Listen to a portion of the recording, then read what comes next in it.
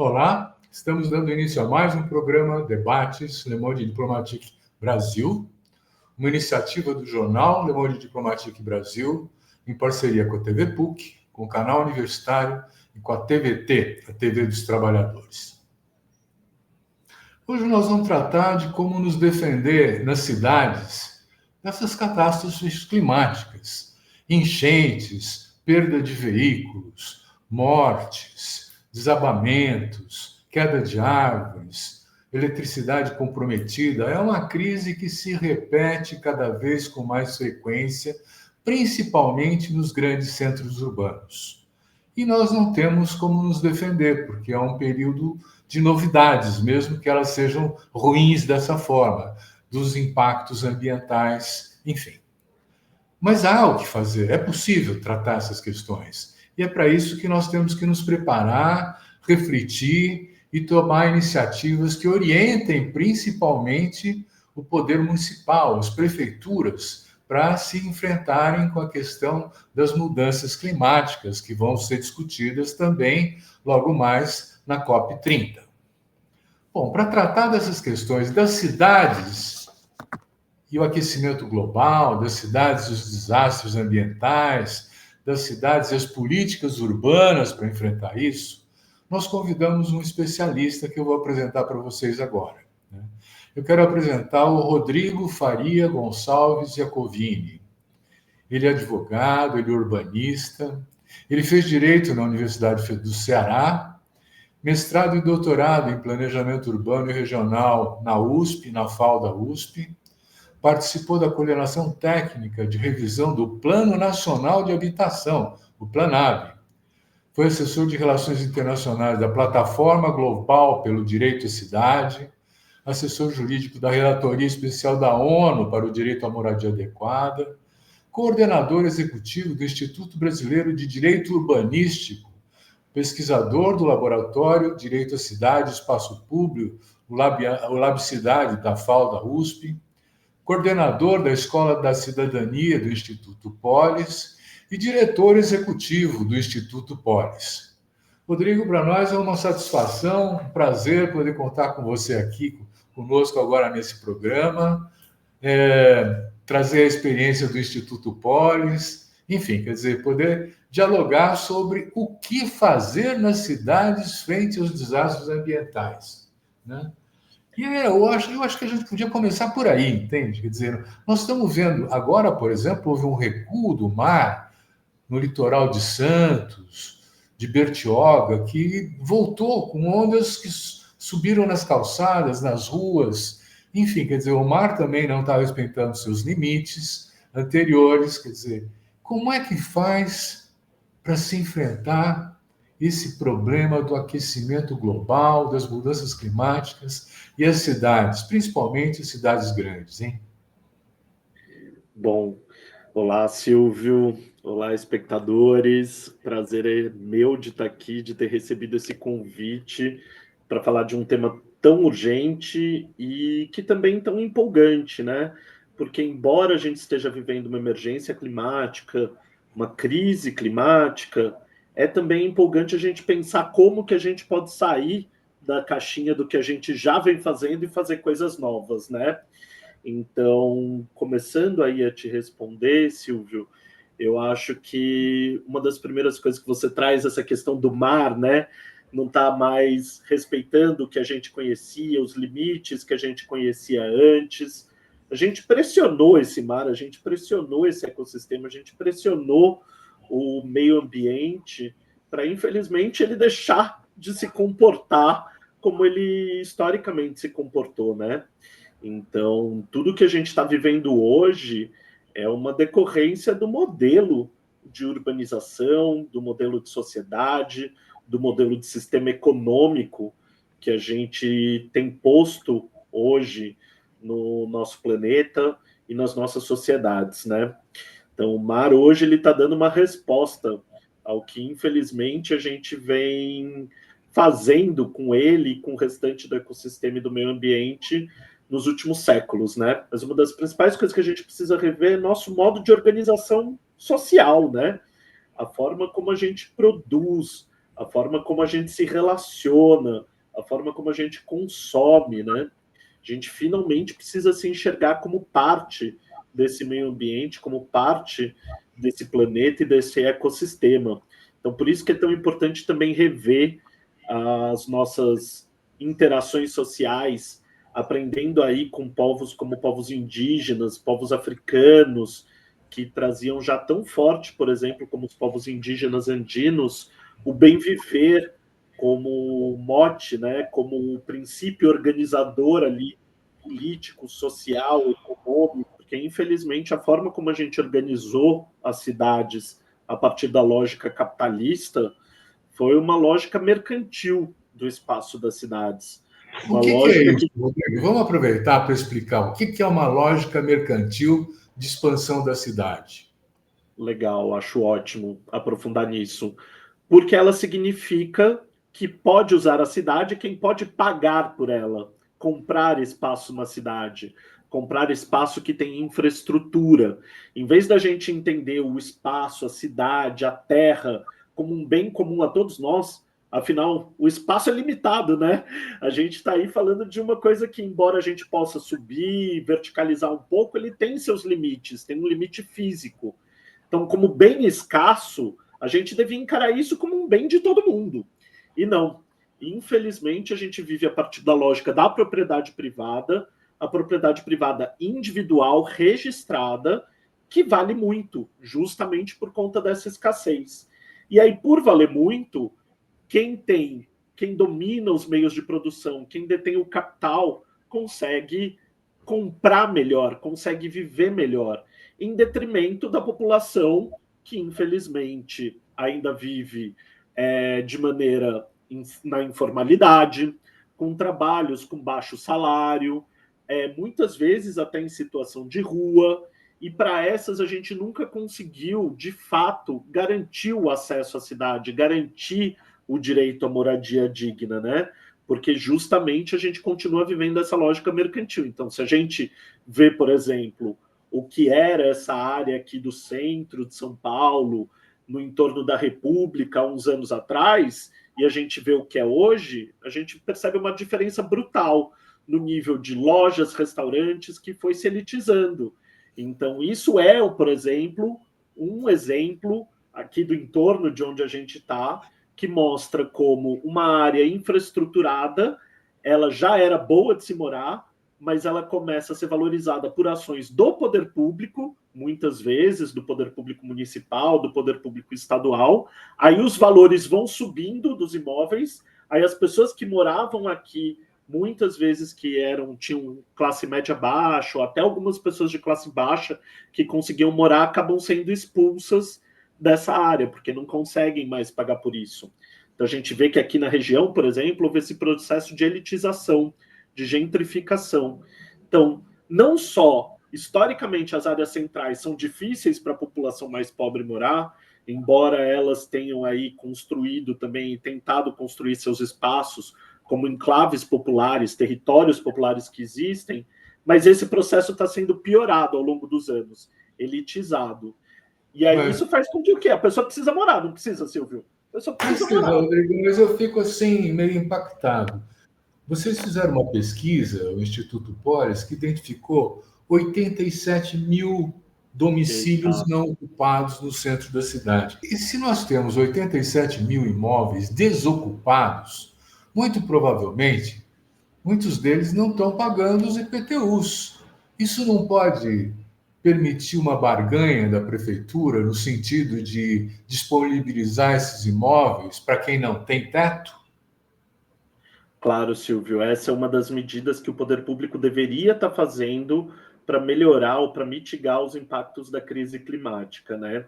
Sim, ele poderia estar barganhando em relação, negociando em relação ao que existe de dívida do IPTU, ele poderia estar aplicando instrumentos urbanísticos como parcelamento, edificação, utilização compulsórios, como IPTU progressivo, como desapropriação sanção.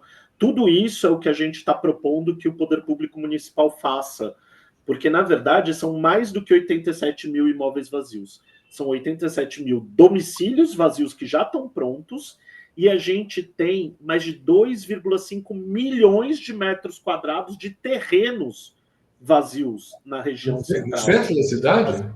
Na região central. A gente não fala só de centro quando a gente fala em região central. A gente fala do perímetro maior da região central, que é o que o plano diretor determinou onde deveria ser aplicado esses instrumentos de utilização compulsória dos imóveis, porque já são áreas que são infraestruturadas e que chega fácil a vários pontos de acesso ao trabalho. Então, nessa região, por exemplo, se a gente soma esses 87 mil domicílios vazios com o que a gente poderia construir nesses 2,5 milhões de metros quadrados, dá mais de 200 mil moradias que poderiam ser feitas aqui na região central de São Paulo, que daria para abrigar a população inteira em situação de rua, daria para abrigar mais de 90% dos moradores de áreas de risco da cidade, e aí, com isso, eles, inclusive, deixariam de se deslocar todo dia, né? Porque grande parte deles gasta mais de 2 horas por dia se deslocando até o trabalho e voltando do trabalho para casa. E isso, ao longo da vida deles, da vida economicamente ativa, significaria 3 anos de vida que eles gastam dentro do trânsito, simplesmente para ir trabalhar. Isso poderia ser gasto 3 anos que eles gastariam em estudo, em lazer, em convívio com a família. E, infelizmente, isso está indo para um momento desperdiçado ali de mobilidade, que, além de tudo, impacta negativamente o nosso meio ambiente. Porque enquanto eles estão se deslocando, e muitos deles fazem esse deslocamento hoje em dia por carro, por motocicleta, eles também estão emitindo gases do efeito estufa, né? E aí, quando ele faz isso, isso agrava a situação climática da cidade. Tanto do ponto de vista de elevar a temperatura, né, que é isso que a gente tem visto, a contribuição que esses gases do efeito estufa dão para elevar a temperatura global, quanto também para a nossa saúde, né? Não sei você, Silvio, mas eu sofri com rinite, com alergia, com tudo nesse inverno por conta da poluição. Então, assim, a gente também está vivendo esses efeitos na nossa saúde no cotidiano, né? Muito bem, mas como é que faz então para enfrentar essa situação? Porque eu estou entendendo que você está dizendo assim: olha, existe uma lógica mercantil que parte da noção de que você tem valor com produtos vendáveis, né? Quer dizer, e que os imóveis do centro não estão disponíveis para moradia porque são propriedade de alguém que entende isso como um valor que acumulou, né? Então, é preciso mudar a sociedade capitalista para resolver o problema da moradia, para resolver a sustentabilidade ambiental? Em última medida, sim. É preciso mudar o modo que a gente produz. Mas enquanto a gente não consegue transformar tudo isso, existem medidas concretas que a gente pode ir fazendo, que o poder público municipal precisa fazer. Vou dar um exemplo. O São Paulo tem um plano de ação climática, que inclusive foi já estabelecido aí há mais de 4 anos. E aí, neste momento que a gente fala agora, a cidade de São Paulo está buscando revisar seu plano de ação climática, que justamente diz medidas concretas, metas concretas que o município vai tentar alcançar para diminuir a emissão de gases do efeito estufa e promover a adaptação climática para a nova realidade que a crise climática está trazendo. Agora me diz se a sociedade inteira está envolvida nisso. Não está. A prefeitura não está abrindo isso, a participação.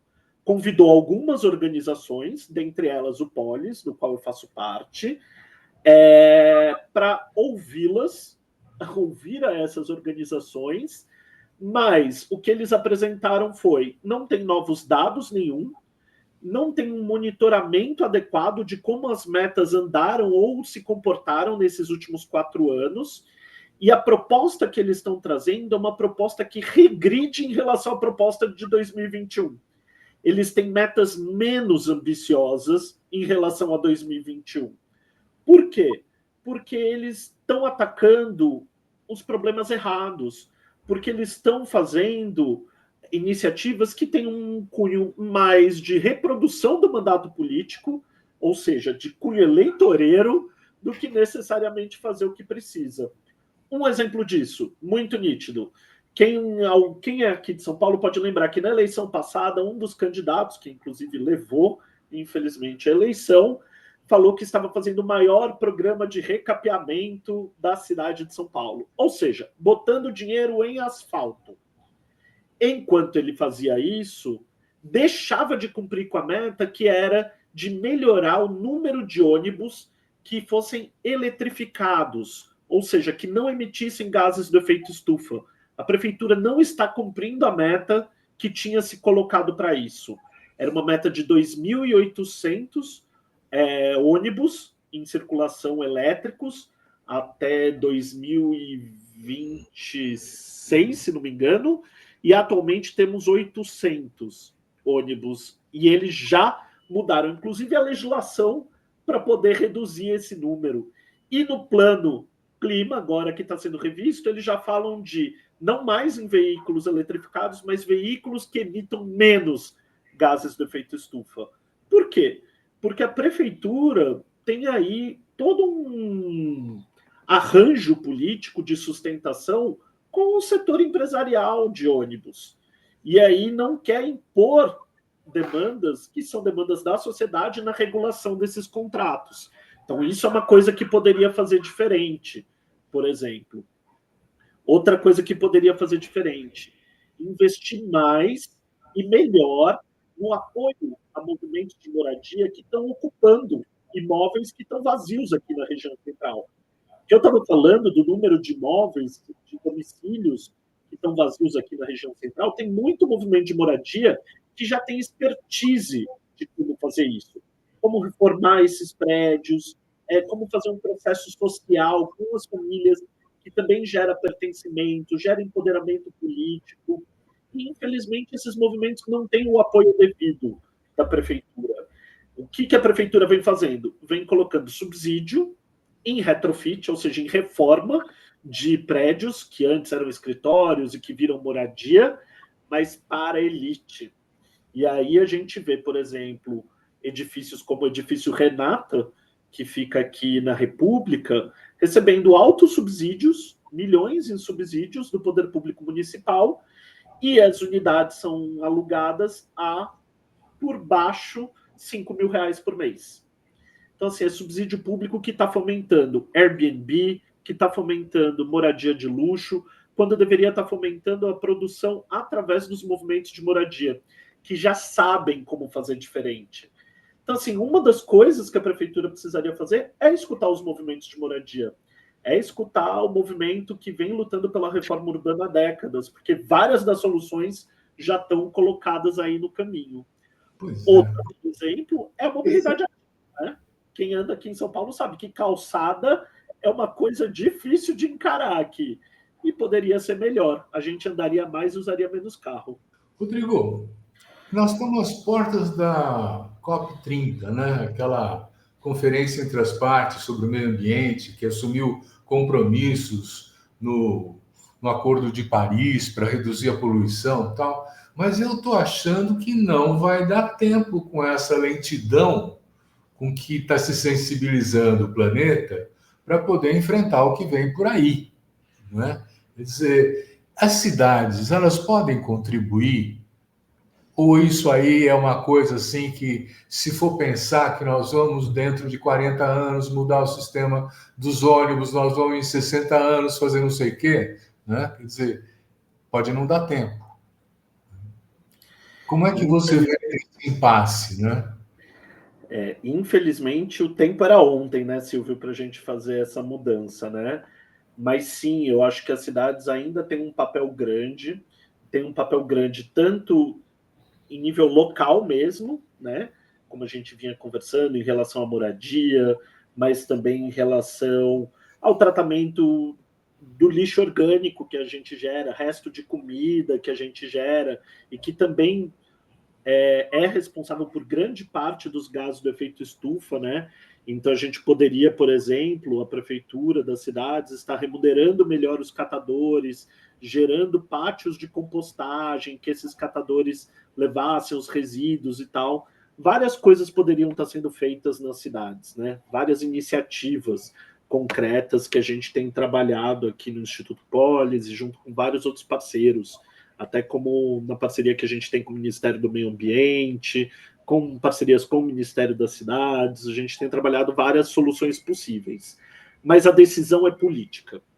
Infelizmente, o que a gente precisa é de decisões políticas fortes. E aí, processos como a COP, elas dão oportunidade para algumas dessas decisões políticas contundentes que a gente está precisando. E aí, sim, os países que hoje em dia fazem parte do sistema ONU, eles têm que, de fato, entender que quem faz política e quem implementa essas políticas no cotidiano são muito mais do que os governos nacionais, né? Do que os Estados-partes que fazem parte da COP. Então, o que a gente também tem falado há muito tempo é que tanto governos locais quanto principalmente a sociedade civil precisa ter mais voz ativa nesses processos decisórios em âmbito internacional também, né? Então, os governos nacionais têm sido muito tímidos nos compromissos que eles assumem.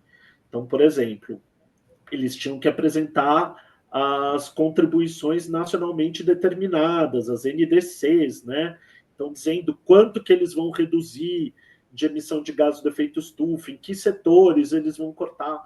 E muitos deles apresentaram propostas muito tímidas, que ainda não são suficientes. Ou quando a gente fala, por exemplo, de quem vai pagar a conta, a gente está falando de países do norte global que têm que pagar a conta porque eles foram os principais responsáveis por desmatar grande parte do planeta e por implementar um sistema colonial que extraiu riqueza do sul global, né?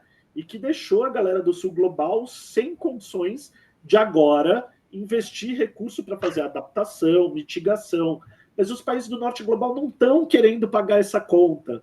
Só que aí, se a gente fortalece esse debate com a sociedade civil está pronta para entrar junto com os países do sul global nesse processo de reivindicação.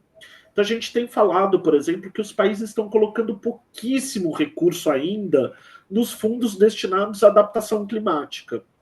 Muito do dinheiro está indo ainda para mitigação climática, que é o dinheiro voltado para as indústrias se adaptarem e emitirem menos gases do efeito estufa, para mudar algumas emissões dos gases do efeito estufa, o que é ótimo e super importante, mas a gente precisa também colocar mais dinheiro na adaptação, porque quem vai sofrer se a gente não faz adaptação às mudanças climáticas é a população mais pobre, e principalmente a população do sul global. Então, se a gente, sociedade civil e cidades, que muitas vezes é na porta de quem essa população vai bater numa situação de emergência, então, se sociedade civil e os governos locais, governos das cidades, não tiverem voz ativa nesses processos globais, a tendência, infelizmente, é esse processo cada vez mais perder força. Então, deixa eu colocar uma coisa para você que me deixa muito com uma pulga atrás da orelha, sabe? Quer dizer, essa discussão se centrando na questão do financiamento. Do financiamento das empresas se adaptarem, do financiamento de manter a floresta em pé com o crédito carbono, enfim, quer dizer, é um business, né? Quer dizer, onde entra o dinheiro, entra o investimento, entra a lucratividade, não é? E eu li num documento que está sendo bastante considerado, que foi citado, inclusive, na Folha de São Paulo, num artigo e tal, de que nós temos, na verdade, 37 empresas, grandes corporações no mundo, que são responsáveis por 80% da poluição. Elas são multinacionais, estão presentes em muitos países e tal, né? Quer dizer, se você tivesse um órgão internacional de legislação e fiscalização, como poderia ter sido a ONU, né? Quer dizer, você poderia impor a essas 37 empresas, e na verdade tem 65 bancos que financiam também essas empresas, os limites para controlar o meio ambiente. Então, essa história de tornar a cidade mais aceitável, mais sustentável, mais ambientalmente equilibrada, né? Ela é possível com essa chave de discussão do financiamento? Ela é possível, desde que a gente entenda que o financiamento é só parte de uma equação, né? Porque é isso que você estava falando, assim, a gente, quando a gente vai ver a concentração de riqueza e muitas vezes, em decorrência, a concentração de poder,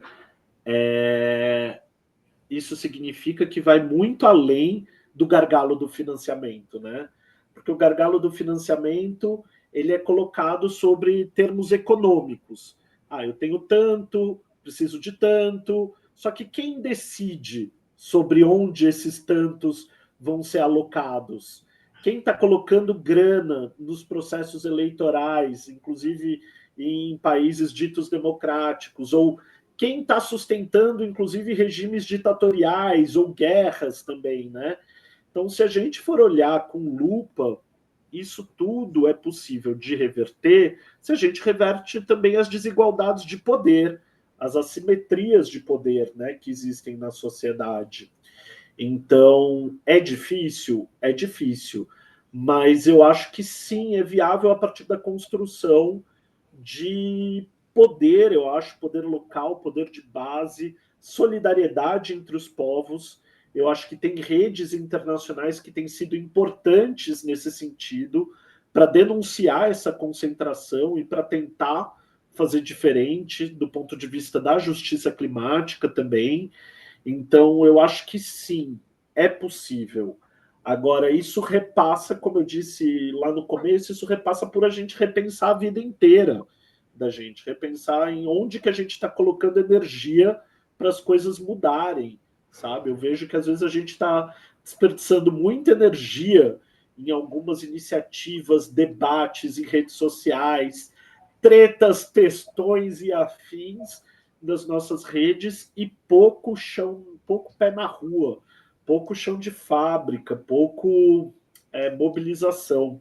Só que o que tem acontecido? Os tempos também acelerados e também os preços subindo tem feito com que as pessoas cada vez mais tenham que trabalhar mais, né?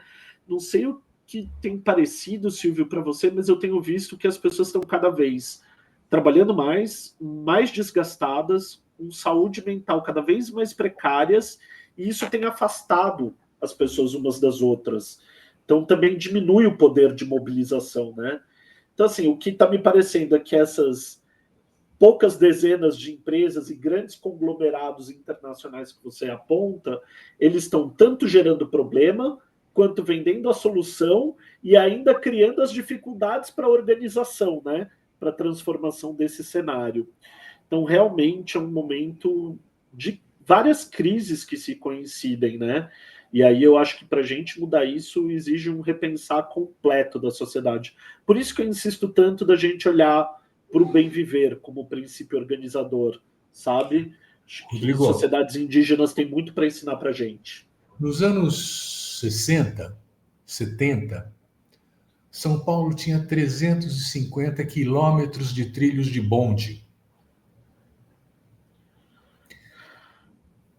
E a administração Faria Lima, quando abriu a 23 de maio e tudo mais, ela enterrou esses 350 quilômetros de transporte coletivo já implantado, né, para dar lugar para o ônibus, que seria a expressão da modernidade, aceitando o lobby das empresas de ônibus, né? Quer dizer, Sim. eu fico pensando assim, se nós temos essas barbaridades que a gente tem na nossa história, né, como é que a gente pode olhar para a Câmara dos Vereadores como lugar de legislação da cidade? Como é que a gente pode olhar para um executivo que não olha para todo mundo, só olha para os bairros nobres, né? Como é que você vê isso? Olha, você tocou em alguns pontos que são, eu acho que centrais para a gente conseguir desfazer esse nó que a gente está vivendo, né? Eu acho que tem uma questão. Eu só acho ótimo esse número da quilometragem de bondes, porque é isso, né? Isso mostra que foi uma opção política que a gente não, que fizeram pela gente lá atrás, né? Destruíram o transporte coletivo. Exatamente. Assim, Patrimônio já implantado. exato, assim como a gente sucateou nossa malha ferroviária também entre cidades, sabe? Em detrimento das rodovias. Tem estudos que comprovam isso, que as rodovias foram colocadas onde antes eram trilhos de trem, ferrovias. A gente tem estudo também, eu estudei isso no meu mestrado também, como, por exemplo, foi consciente essa decisão de não apostar num plano que, em determinado momento, a própria Light, uma empresa privada, fazia de apostar no metrô, e aí não, se aposta num plano rodoviarístico do Prestes Maia, como um misto de modernidade, lobby também das indústrias automotivas e possibilitar a expansão periférica da cidade para quem chegava em São Paulo, né? Então a gente também não pode esquecer que essa opção também foi para a gente poder colocar os povos para fora da região central de São Paulo. Mas você tocou, eu acho que naquele ponto que é nevrálgico, né? Como a gente muda a cara do poder, né? Como a gente, com essa Câmara de Vereadores que a gente tem hoje, a gente trava qualquer grande mudança que a gente queira fazer aqui. A Mas gente foi o tem povo. eleito. Sim, sim, foi o povo que votou, foi o povo que escolheu. Então, assim, e a gente vê que tem aí diferentes povos votando, né? Porque a gente vê que cresceu, por exemplo, o número de mulheres com mandatos de esquerda, presença de mulheres negras, inclusive presença de mulheres trans, às vezes, na Câmara Legislativa Municipal, estadual, federal. Mas o que a gente vê é esses mandatos, quando chegam lá, sofrem uma violência política enorme, porque a grande parte dos mandatos é mandato de direita, né? São legisladores eleitos por partidos de direita que são machistas, LGBTfóbicos, classistas, né? E impõem um debate político muito raso e muito a partir de interesses fisiológicos, né? Então, eu acho que uma das formas é a gente de reverter esse cenário, é a gente entrar pesado na disputa das eleições. E aí entender que quem disputa eleição não é só partido político. Tenho batido nessa tecla há muito tempo. Sociedade civil também disputa eleições.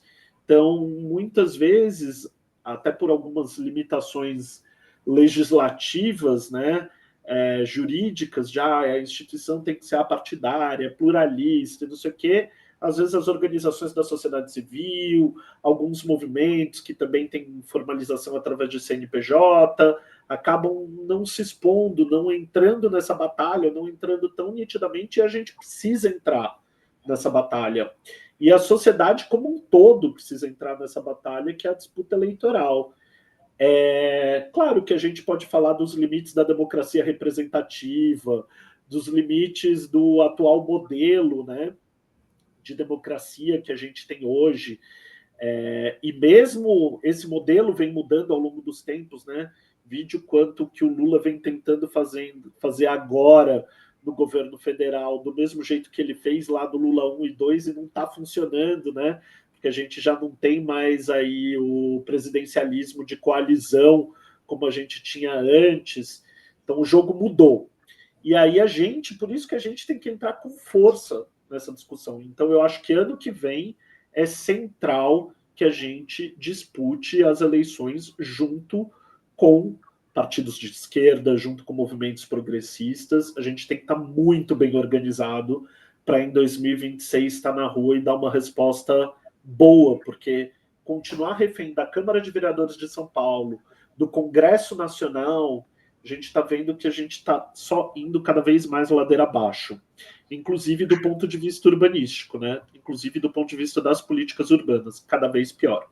Bom, nós estávamos falando de uma maioria parlamentar na Câmara Municipal que é fisiológica, que defende interesses de empresários, não interesse público, faz lobby e, de fato, tem a maioria, né? Quer dizer, você falou assim, quando nós tomarmos o controle dessa situação, né, nós podemos fazer melhor. Muito bem. Vamos imaginar o seguinte: nós tomamos o controle da situação. O que é fazer melhor? É fazer uma gestão pública radical. Eu acho que radicalmente disruptiva. Eu acho que a gente está precisando sair dos limites impostos pelo nosso imaginário hoje. O que a gente vê, por exemplo, tanto em nível federal, e eu não vou nem entrar agora no nível municipal e estadual, porque é de chorar os governos locais e estaduais que a gente anda tendo aqui em São Paulo. Mas em nível federal, que a gente tem um governo progressista, ele tem requentado algumas políticas, tem ousado pouco. Quando a gente está em conselhos, comitês que foram resgatados agora nessa gestão e a gente tenta tensionar ali para mudar, infelizmente a regra do jogo continua sendo: isso vai parar no judiciário, isso daqui o Tribunal de Contas não pode, isso daqui a legislação não permite. Quando a gente sabe, e aí vem a parte que me cabe, né, deste mundo do direito, que é direito à disputa ideológica pura, hermenêutica, interpretação. Então, assim, quando você tem uma decisão política forte de vou fazer diferente, vou implementar uma agenda realmente disruptiva, revolucionária, vou mudar o esquema setorial, por exemplo, e vamos, sei lá, em vez de ter Ministério das Cidades dividido em pastinha de saneamento, de habitação, de mobilidade, vou ter Secretaria de Periferias, vou ter Secretaria apoiando áreas centrais, vou ter Secretaria de Territórios Tradicionais. Você muda essa lógica também de implementação e você coloca as pessoas no centro da ação política e não as chamadas políticas setoriais e não os temas, né? Eu acho que a gente está precisando fazer uma inversão de lógica. E eu não estou inventando a roda aqui, né? A gente está falando de levar essa inversão de prioridades, coisa que já era dita pelos governos locais do PT na década de 80, sabe? Início da década de 90. Então, assim, eu acho que o potencial revolucionário dessa ideia, ele permanece vivo e possível. Então, eu acho que sim, a gente precisa ser disruptivo.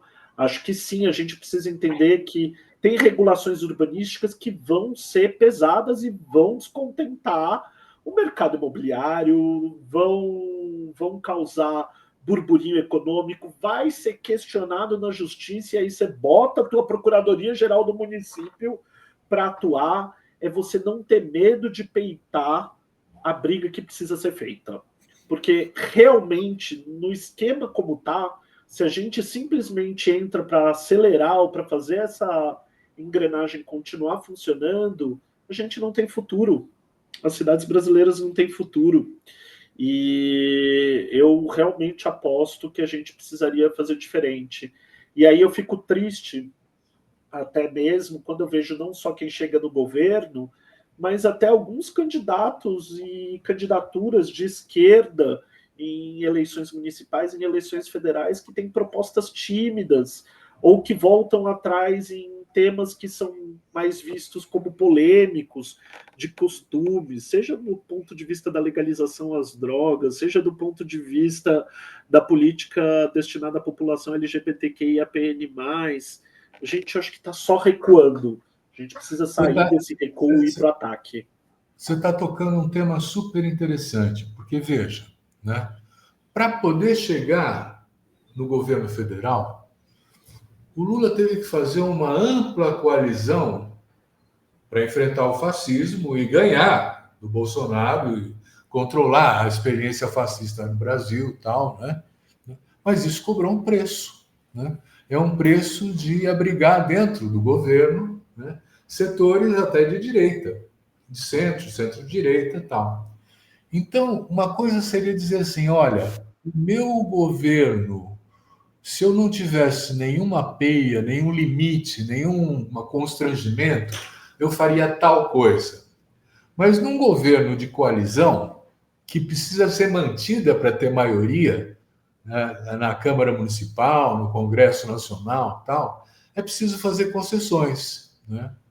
Então, é justamente esse limite que eu acho que nós estamos tensionados, né? Quer dizer, ou rompe e vai para o pau, e aí tem que chamar a população para as ruas para poder respaldar isso, né? Ou negocia e fica meia boca, né? Quer dizer, como é que você vê essa situação? Eu acho que a gente anda negociando e nem meia boca anda ficando, Silvio. Tá Hum, ficando um quarto de boca, um quinto de boca, porque a verdade é que essa coalizão não está mais funcionando.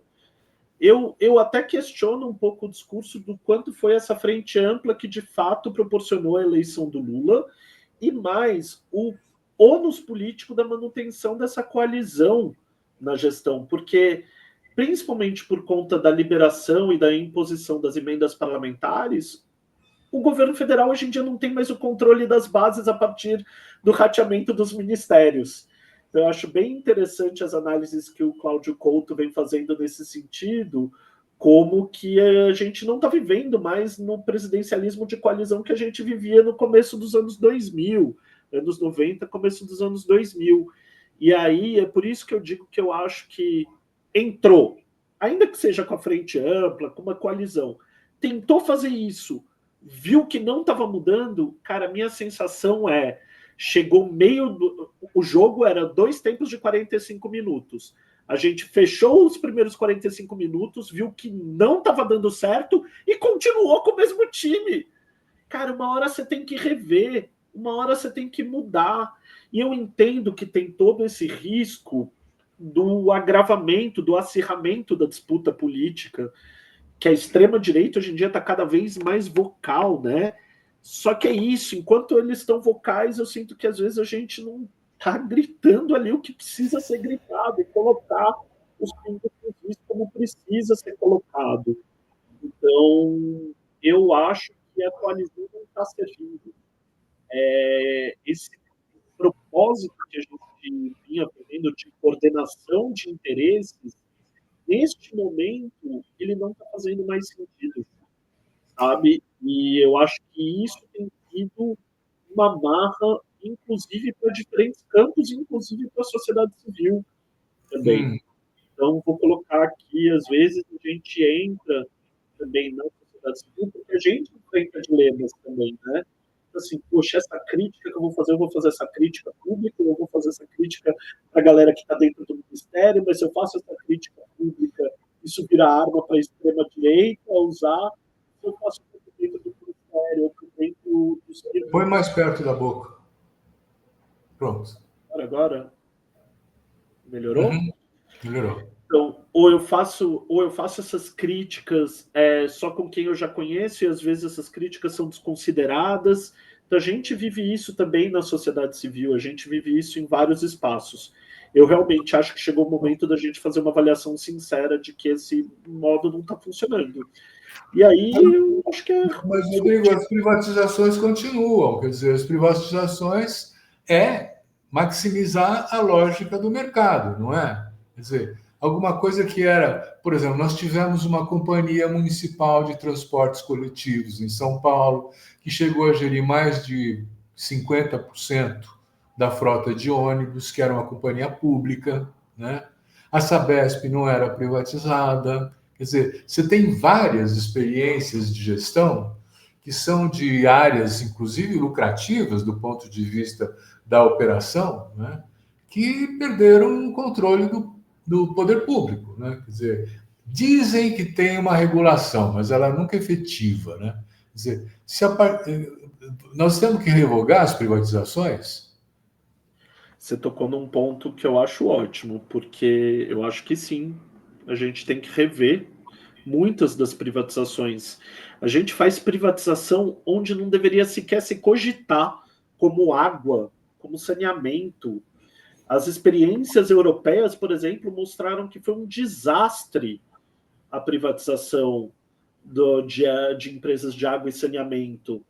E aí, a gente que tem síndrome de vira-lata e adora olhar para os países do norte global, né? Oh, que maravilha! É assim, Em São Paulo eu não ando de metrô, mas o metrô de Paris é uma maravilha, né? Essa elite que a gente tem aqui. Nem para olhar para esses países da Europa essa galera tá olhando, entendeu? Nem para esse exemplo. Então, sim, tem coisas que a gente precisa rever. Rever, por exemplo, do ponto também das concessionárias de eletricidade também, que a gente fala que quase 90 e tantos por cento da população do Brasil tem acesso à energia elétrica. Vai falar isso para as periferias, para as quebradas e para as favelas, onde falta energia elétrica 3 vezes por semana.